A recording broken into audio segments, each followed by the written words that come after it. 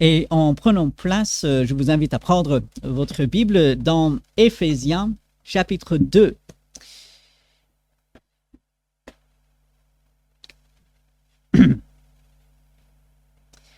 Éphésiens chapitre 2, la deuxième partie de ce chapitre ce matin à partir de verset 11. Paul est totalement émerveillé de l'œuvre de Dieu du début à la fin. Nous pourrions avoir tendance à croire, en tant qu'enfants de Dieu, que l'œuvre de Dieu, elle est essentiellement dans le passé, avec l'amour de Dieu qui nous a aimés depuis la fondation du monde, Jésus-Christ qui est mort sur la croix il y a 2000 ans, notre salut, le moment de notre salut qui est quand même dans le passé. On peut penser l'œuvre de Dieu essentiellement dans le passé ou essentiellement dans le futur. Ah, un jour, parce que je suis enfant de Dieu, je serai auprès de Dieu pour l'éternité. Et ces deux choses sont vraies. Mais je suis convaincu que Paul, il veut aussi, non pas à la place d'eux, mais aussi montrer aux Éphésiens et pour nous également aujourd'hui que l'œuvre de Dieu, elle est entièrement pour aujourd'hui. Premier siècle pour les enfants de Dieu à Éphèse et pour les enfants de Dieu à Vernon également, 2025. Et si vous êtes avec moi dans Éphésiens chapitre 2, verset 11 commence « C'est pourquoi ». Et à chaque fois que vous voyez cette phrase, « C'est pourquoi », il faut toujours se poser la question, mais pourquoi c'est là? C'est pourquoi? Pour quelle raison? Pour résumer, parce que Dieu sauve parfaitement quiconque vient à lui pour le salut. Et il le fait sur la base de sa grâce et par la foi, non pas à cause des œuvres. À cause de ce grand salut gratuit, immense en Jésus-Christ, à cause de cela, vous, autrefois païens dans la chair, donc littéralement des incirconcis, ceux qui n'étaient pas juifs, ceux qui ne s'étaient pas approchés, associés au peuple juif, qui étaient appelés incirconcis par ceux qu'on appelle circoncis, donc un peu de mépris. Ah, il y a nous, il y a les autres. Dans les discours, souvent, c'est comme ça. Nous, et puis les autres, ces gens-là. On a déjà fait remarquer dans les événements sportifs, lorsque son équipe, enfin, entre guillemets, son équipe gagne, c'est nous gagnons. Et lorsqu'ils perdent, ben, ils ont perdu. Ben, on veut bien s'associer à la victoire. Ah oui, c'est bien, mais la défaite, ah ben, c'est eux. Nous avons bien supporté, voilà pourquoi ils ont gagné. Ils ont mal joué, voilà pourquoi ils ont perdu. Non, c'est un peu ridicule et nous le savons. Mais ce mépris de la part des Juifs que Paul reconnaît et dont il faisait partie auparavant. Souvenons-nous, Paul, il était entièrement dans le judaïsme. Il avait un mépris pour les autres, il avait un zèle tellement déplacé pour Dieu. Il croyait faire l'œuvre de Dieu, mais il n'en était rien. Paul savait de quoi il parlait. Et ici, écrivant à ses frères et sœurs qui, pour beaucoup d'entre eux, n'étaient pas du peuple juif, il y avait certains juifs convertis parmi eux, mais essentiellement les inconvertis, des non-juifs. La réalité de leur situation, c'était ils étaient incirconcis, ils étaient des non-juifs. Mais Paul, au verset 12, veut leur rappeler, les pousse à se souvenir que vous étiez en ce temps-là, sans Christ, privés du droit de cité en Israël, étrangers aux alliances de la promesse, sans espérance et sans Dieu dans le monde. C'est quand même un état triste, déplorable. Si on a le choix, on ne voudrait jamais être dans cette situation-là. quand même le désespoir qui se dégage de ces versets. On était sans Christ. Bah, déjà, c'est la base. Si on n'a pas Christ, on n'a rien finalement. Même si on a des milliards en compte en banque, si on n'a pas Christ, bah, on n'a rien. Privé du droit de cité en Israël, on n'avait pas sa place. Pas de place. Étranger aux alliances de la promesse. À qui est-ce que Dieu a fait des promesses dans l'Ancien Testament? C'était à son peuple. Il a dit à Abraham, je te bénirai, je donnerai à ta descendance le pays, la terre promise, ce pays d'Israël. Et bien sûr, à travers ta descendance, toutes les nations seront bénies, mais c'est quand même ta descendance. C'est quand même le peuple élu, choisi de Dieu. On était étrangers aux alliances de la promesse. Sans espérance, sans Dieu dans le monde. C'est terrible. Pas de place, pas d'espoir, aucune perspective. C'est même plus où on va. Paul, en quelques mots, il explique comment on était avant. Et ce qui est intéressant avec ces versets, c'est qu'il ne fait pas ce qu'il fait avec les Corinthiens. Alors, qu'est-ce que Paul fait avec les Corinthiens? Si on se souvient, Paul va leur dire, vous étiez dans les péchés manifestes, horribles, et il fait une liste. Parfois, on a même honte de lire la liste. Oh, c'est des choses terribles. Et il dit, grâce au salut en Jésus-Christ, vous étiez comme ça, mais maintenant, vous êtes lavés, purifiés, gloire à Dieu. Ce qui est intéressant ici, dans Éphésiens 2, Paul ne procède pas de cette façon. Je suis convaincu que beaucoup de ces enfants de Dieu à Éphèse, avant d'être convertis, étaient des gens plutôt corrects. On pourrait même dire des gens religieux. Mais ils avaient quand même un problème. Ce n'étaient pas des pires pécheurs, mais ils étaient des pécheurs quand même. Ils étaient des gens religieux, peut-être dans une fausse religion. Peut-être ils étaient encore dans le judaïsme, mais ils n'avaient pas encore accepté Christ comme leur sauveur.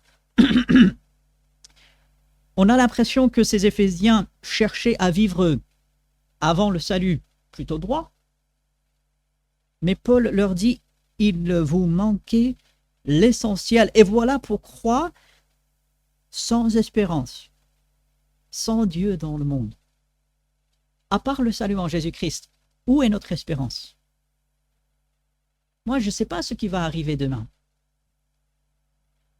Avec Émilie, on est parti en Belgique quelques jours. Qui dit qu'on n'aurait pas eu de problème de voiture sur la route? Qui dit que quelque chose ne nous soit, ne nous soit pas arrivé alors qu'on était là-bas? Demain, on a nos projets. Demain, on va faire certaines choses. On ne sait pas ce que demain va réserver. Si on n'a pas Dieu, on n'a pas d'espérance. On peut faire des projets, on peut espérer certaines choses, mais on n'a pas de certitude. Et c'est là où le verset 13 intervient. Après avoir décrit vraiment en quelques mots cette situation d'avant, on n'était pas les pires gens, mais on ne connaissait pas Dieu. Il n'y avait pas Dieu. Mais maintenant, c'est vrai, le passé de ces enfants de Dieu à Éphèse était ce qu'il était. Et Paul va parler du futur. Mais ce qui intéresse Paul actuellement, c'est maintenant. Maintenant. Mais maintenant, ça change tout. En Jésus-Christ. Où est-ce que je suis par rapport à Jésus-Christ aujourd'hui? Jésus est-il mon sauveur? Jésus est celui qui veut que tous les hommes soient sauvés. Allez dans Timothée, Tite, même Pierre va en parler. Mais est-ce que Jésus est mon sauveur parce que je l'ai accepté? C'est quelque chose de tellement essentiel, nécessaire et fondamental que Paul y revient souvent. Voilà pourquoi nous en parlons très souvent. Jésus-Christ, l'avoir accepté comme son sauveur est le choix, nous le savons, le plus important.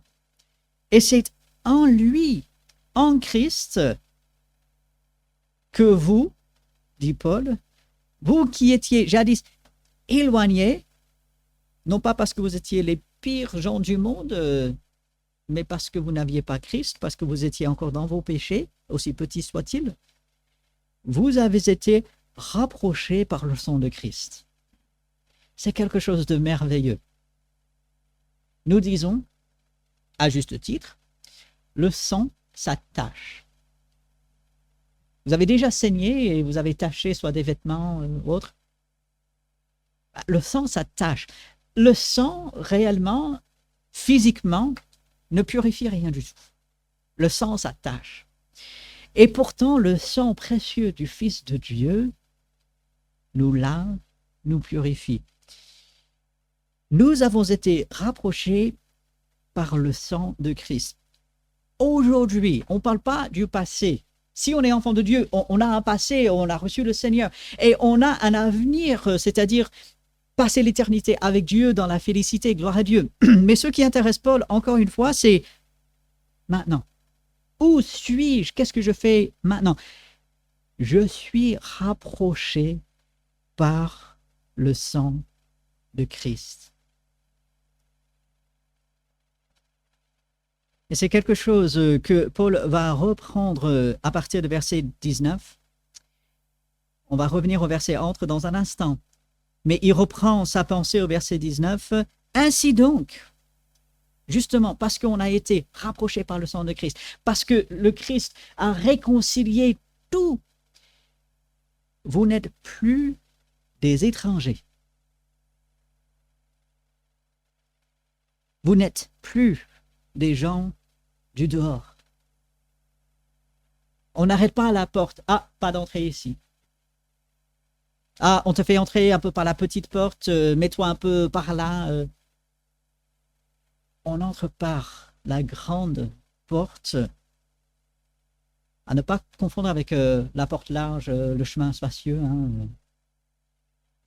Ici, cette porte qui fait entrer dans la famille de Dieu, cette porte qui est Jésus-Christ, vous n'êtes plus des gens de dehors.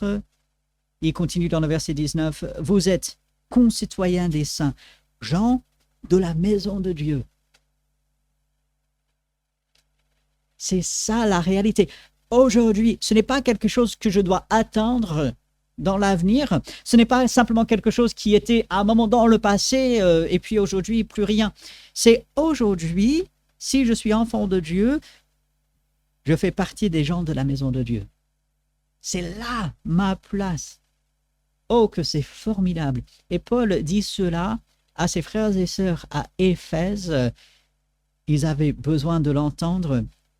Et il ne termine pas là. Verset 20, vous avez été édifiés, bâtis, construits, brique par brique, pierre sur pierre.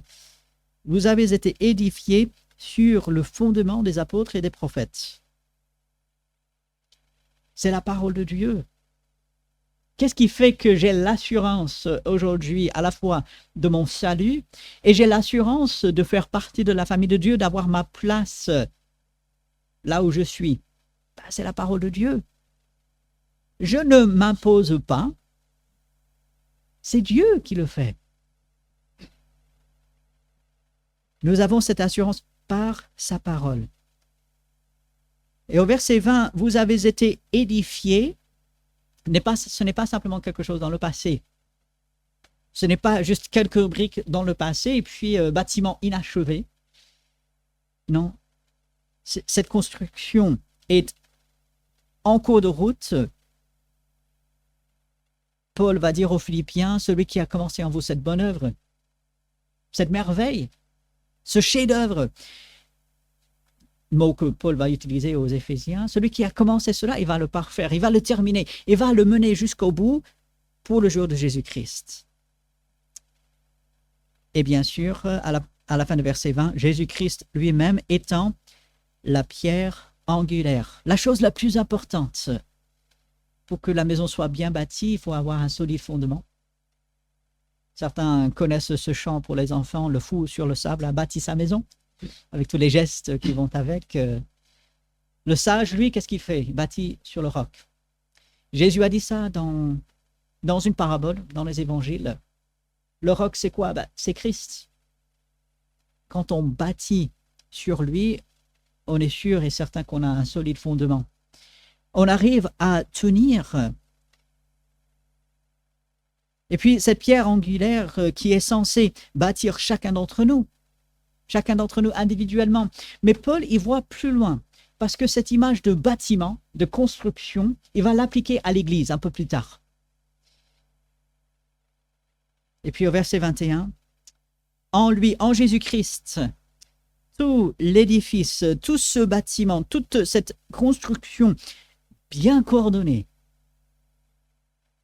Certains peuvent dire, lorsque je regarde l'Église aujourd'hui, elle ne semble pas si bien coordonnée que ça, n'est-ce pas? On me parlait des différentes... La personne parlait de religion ou des dérives parmi les chrétiens. Il y a certains groupes, voilà, il y a tel ou tel groupe qui croit ça, il y a tel ou tel groupe qui croit ça. Ça présente une mauvaise image. Ça montre peut-être la variété aussi. Ça dépend de quoi on parle. Hein. Attention, il ne faut pas aller trop loin là-dedans.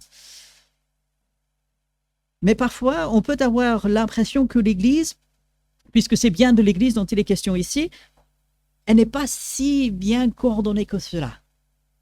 Les angles ne sont pas si droits. Les murs peut-être penchent un peu, les portes s'ouvrent en grinçant, les fenêtres sont peut-être trop dures à soulever. Il y a peut-être quelques fuites par-ci, par-là. Mais je reviens à ce verset où je lis Jésus-Christ, bien sûr, est la pierre angulaire. Nous sommes bâtis sur lui et en lui, tout l'édifice bien coordonné. Parfois, nous manquons. Parfois, nous sommes maladroits. Parfois, nous ne sommes pas à la hauteur de notre identité en Jésus-Christ. Mais heureusement, l'Église ne dépend pas de ça. Heureusement, je vous dis. Si l'Église dépendait uniquement de nous, on ne serait pas là. Honnêtement, ça dépend de Jésus-Christ. C'est lui qui bâtit, c'est lui qui redresse ce qui est courbé, c'est lui qui fait que les angles sont droits. Et en lui, tout cet édifice bien coordonné s'élève pour être un temple saint dans le Seigneur. C'est merveilleux. Dieu n'a pas appelé un club de rencontres. Dieu n'a pas appelé un groupe de bien-penseurs. Dieu a appelé ses enfants à se rassembler pour s'édifier en Jésus-Christ, pour être cet endroit d'adoration. Temple, c'est quoi? C'est l'endroit où on va pour adorer. Ce temple saint dans le Seigneur. Et ça, c'est pour aujourd'hui. C'est sur la base de quelque chose dans le passé. J'ai accepté Christ comme mon sauveur. Gloire à Dieu. Je suis passé des ténèbres à la lumière. Je suis passé du royaume de Satan au royaume de Jésus-Christ. Et bien sûr, j'ai la perspective dans l'avenir de tout ce que Dieu fera dans l'éternité. Mais encore une fois, ce que Paul montre et ce qui l'intéresse dans ces versets, c'est ici, maintenant. La vie sur la terre, la vie pour Dieu et ce que Dieu est en train de faire individuellement dans chacun, mais également dans l'Église. Et verset 22, en lui, donc en Jésus-Christ, vous êtes aussi édifiés. C'est une certitude, c'est Dieu qui s'en occupe. Est-ce qu'on travaille avec Dieu ou contre lui? Travailler contre Dieu, jamais je n'oserais. Je veux bien croire, mais réfléchissons à notre façon de vivre, réfléchissons à notre relation avec le Seigneur. Dieu fait son œuvre coûte que coûte. Il est Dieu, il fait ce qu'il veut. Rien ne l'arrête, rien ne change son plan. Est-ce que je travaille avec lui ou contre lui?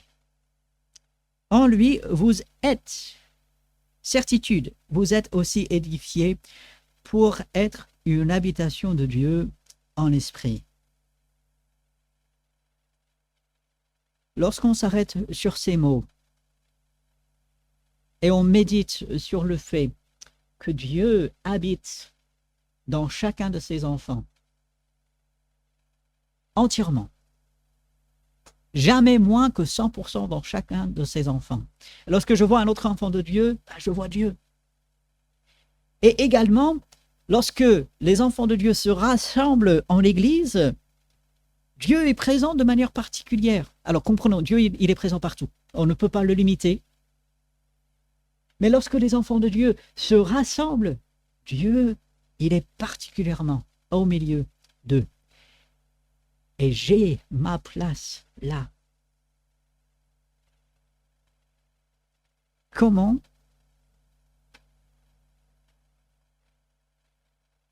comprenez bien ce que je vais dire. Comment ne pas profiter de chaque occasion d'être dans ce milieu que nous pouvons.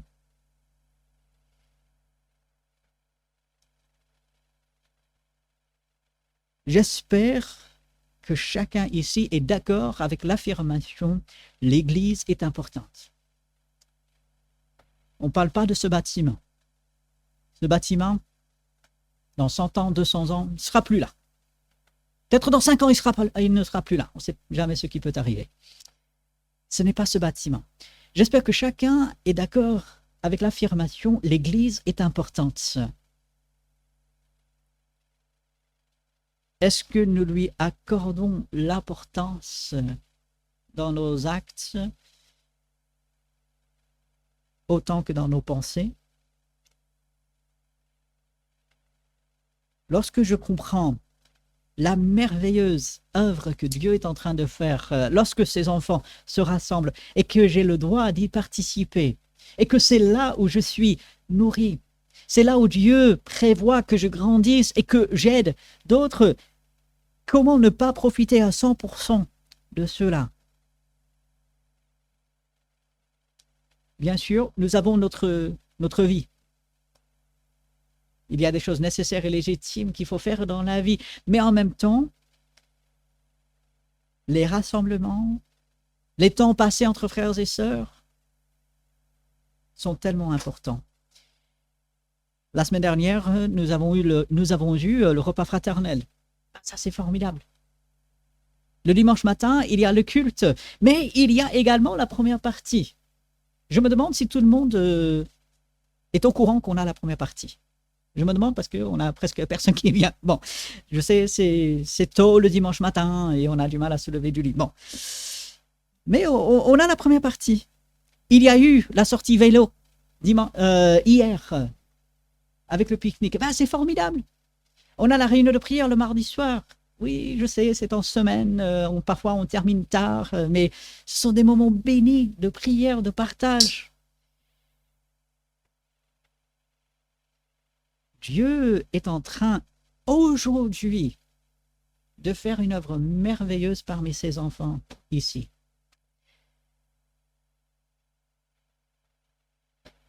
Je n'ai pas besoin de languir, d'aspirer vers l'avenir, en disant « Ah, qu'est-ce que c'était bien !» ou de soupirer vers l'avenir « Ah, qu'est-ce que j'attends !» C'est aujourd'hui, qu'est-ce que je fais aujourd'hui? Et puis, vous avez constaté qu'on a sauté le milieu, alors on y revient. Regardez ce que Dieu fait. Jésus-Christ, verset 14, est notre paix. Lui qui des deux, alors desquels? Des Juifs et des non-Juifs. Ceux qui, selon l'Ancien Testament, n'avaient pas grand-chose à avoir ensemble.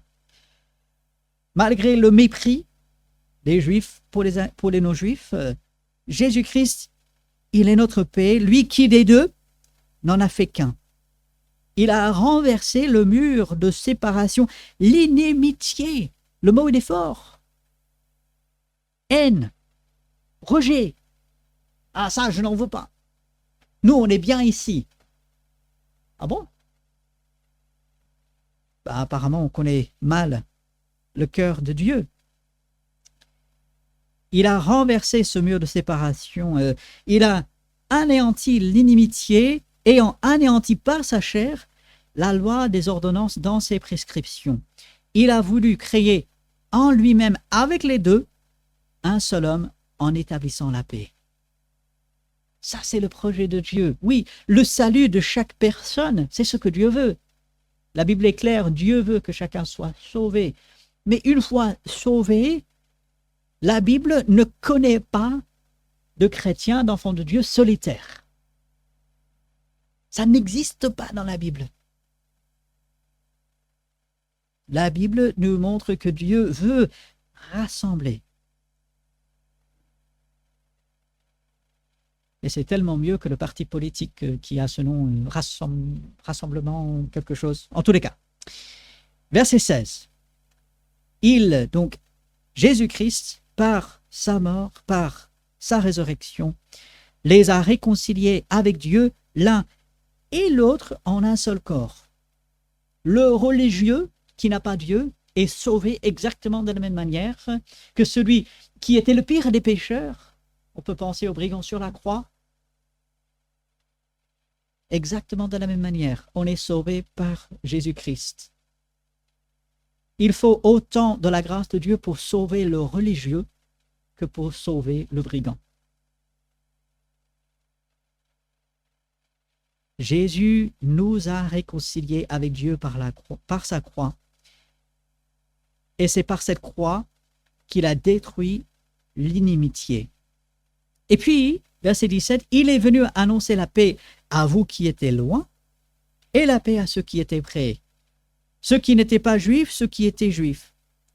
Car par lui, par Jésus-Christ, les uns et les autres, nous avons accès auprès du Père dans un même esprit. L'unité à partir des choses, en fait, qui, humainement parlant, ne s'unissent pas. Vous prenez l'huile et l'eau, ça ne se mélange pas vraiment. Vous prenez l'eau et le feu, là, vraiment, ça ne se mélange pas. On ne peut pas les mettre ensemble. L'un va céder, l'un va s'éteindre. Jésus-Christ est venu unir ce que l'on peut dire ne pouvait pas être unis. C'est le miracle, comme on chante, de la grâce. Alléluia. Dieu a réuni, et il a réuni pas simplement pour qu'on se sente bien. Bien sûr, on se sent bien, gloire à Dieu. On est en paix, réconcilié avec Dieu. On peut avoir cette paix, cette réconciliation entre nous. Mais en fait, le but n'est pas simplement cela. C'est un bénéfice, gloire à Dieu, amen. Mais Paul, il voulait aller vers la fin de ce chapitre. En Christ, oui, cette réconciliation a eu lieu parce qu'il a donné sa vie sur la croix, il est ressuscité. Il sauve parfaitement ceux qui l'acceptent par la foi. Il unit ceux qui étaient séparés. Il fait tout à merveille et il rassemble pour croix. Verset 22. En lui, en Jésus-Christ, vous êtes aussi édifiés, bâtis, construits pour être une habitation de Dieu en esprit. Cette assemblée de Vernon,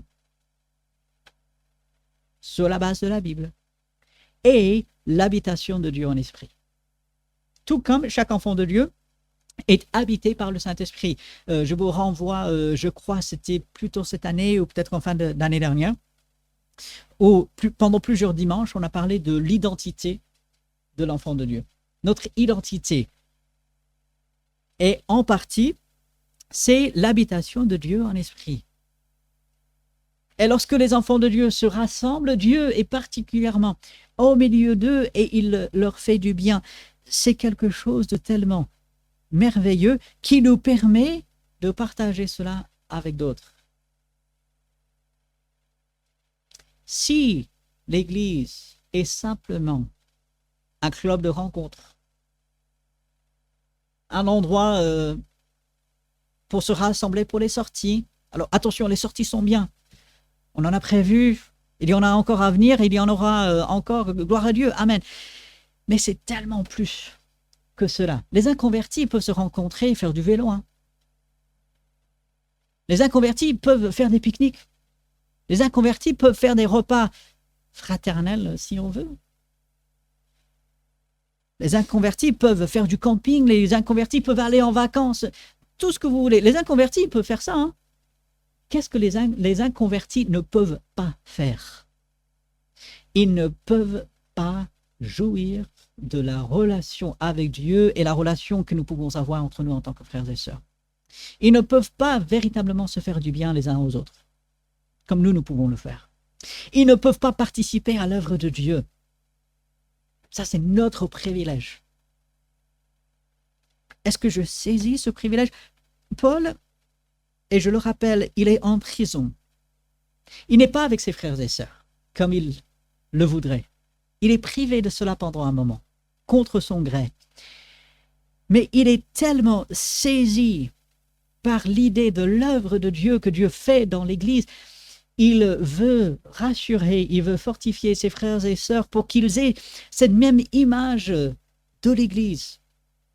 Voici ce que Dieu fait aujourd'hui dans l'Église, dans le rassemblement. Et c'est notre privilège d'y participer. Que jamais je méprise cela. Oh, mais Robert, jamais de la vie. Comment oserais-je? Je laisse chacun voir cela avec Dieu. Je ne dis pas obligatoirement que nous le faisons. Et gloire à Dieu, nous sommes impliqués dans son œuvre et gloire à Dieu pour ce qu'il fait ici. Mais il faut toujours, comme Paul, garder cette perspective de l'œuvre de Dieu, son chef-d'œuvre. Dieu est à l'œuvre et j'ai le privilège d'y participer. Alors qu'est-ce que je fais? Paul montre le fondement qui est la parole de Dieu, c'est-à-dire le salut en Jésus-Christ. Il montre le progrès qu'il doit avoir aujourd'hui. C'est pas juste attendre un jour d'être au ciel, sanctifié. Non, c'est aujourd'hui. Il montre que Dieu est hautement intéressé par ce qui se passe aujourd'hui dans notre vie et aujourd'hui dans l'Église. La merveilleuse œuvre de Dieu se poursuit ici à Vernon. Vous y êtes impliqués par le simple fait que vous êtes présents ce matin. Mais est-ce que c'est tout? Qu'est-ce que Dieu attend de nous? Comment est-ce que nous pouvons aller plus loin avec lui dans son projet, dans ce chef-d'œuvre qu'il est en train d'accomplir ici? Et combien de louanges et de reconnaissance doit sortir de notre bouche pour la réconciliation avec Dieu et aussi la paix, l'amour, l'unité entre nous par Jésus-Christ que nous avons. Les temps sont difficiles. Pierre, il va parler dans les derniers jours. Lorsque les temps difficiles viendront, nous les vivons. Mais nous vivons également l'Église, l'Assemblée, le chef-d'œuvre de Dieu qui réussira, que Dieu mènera à bien et dans lequel nous sommes en sécurité. Alors, comment sera ma semaine sur plusieurs points? Je ne sais pas. Il y a plusieurs projets, des rendez-vous, des différentes choses qu'on attend. Mais une chose qui est sûre et certaine, c'est qu'avec le Seigneur, nous sommes en sécurité. Et que jour après jour, pas simplement le dimanche, mais jour après jour, je peux participer à son chef-d'œuvre, sa merveille, cette bonne œuvre que lui, il a commencé et qui va parfaire. Pas simplement le dimanche. Ce n'est pas juste un truc de dimanche. Non, non, c'est chaque jour de notre vie. Alors, comment allons-nous vivre cette semaine? Avec tout le temps des vacances que Dieu nous donne? Gloire à Dieu, amen, pour ceux qui l'ont. Comment allons-nous vivre cette vie avec Dieu cette semaine? Je vous encourage cette semaine à relire Éphésiens chapitre 2. Peut-être que vous connaissez bien le passage, c'est pas grave, relisez-le, méditez-le. Demandons à Dieu, justement, de nous imprégner de ces vérités et d'être comme il le veut. Et nous avons besoin de son aide. Et voilà pourquoi chaque dimanche, et j'espère tout au long de la semaine, nous implorons son aide. Et c'est ce que nous allons faire pendant quelques instants. Devant sa grande œuvre, nous avons besoin de son aide. Et dans le silence, pendant quelques instants, nous allons nous adresser à Dieu. Alors, dans le silence, chacun, et puis je terminerai au bout de quelques instants de silence. Nous te louons, notre grand Dieu, parce que tu es à l'œuvre. Ce que tu fais est merveilleux. Nous avons le privilège d'y participer. Tu nous as fait entrer dans ta famille avec notre place assurée, notre place légitime. Nous te disons merci pour la transformation que tu as opérée dans notre vie, pour ce que tu fais aujourd'hui, ce que tu feras dans l'avenir. Nous avons besoin de toi, Seigneur, parce que nous sommes insuffisants en nous-mêmes. C'est trop grand pour nous, Seigneur. Voilà pourquoi nous implorons ton aide. Rappelle-nous ces vérités. Aide-nous, jour après jour, à nous imprégner de ta grande œuvre qu'est l'Église. Que nous puissions participer par tous les moyens que tu nous donnes. Que tu nous diriges en toutes choses, Seigneur. Que tu fasses du bien à chacun, que tu fasses du bien à cette assemblée. Fortifie-nous, Seigneur, fais grandir cette assemblée à tous les niveaux. Donne-nous d'être conformes à ce que tu veux. Donne-nous à participer dignement à ton œuvre. Nous appelons à toi, Seigneur, et c'est en ton nom que nous prions. Amen.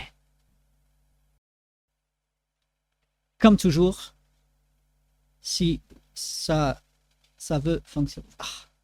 Voilà, je vous laisse avec la parole de Dieu. Et dans le livre des Psaumes, chapitre 3, verset 9, le salut est auprès de l'Éternel. C'est auprès de Dieu qu'est le salut. Que ta bénédiction soit sur ton peuple, alors que ce soit le cas pour chacun d'entre vous. La bénédiction de Dieu, qu'elle aille avec vous. Très bon dimanche à chacun. Saluez-vous les uns les autres.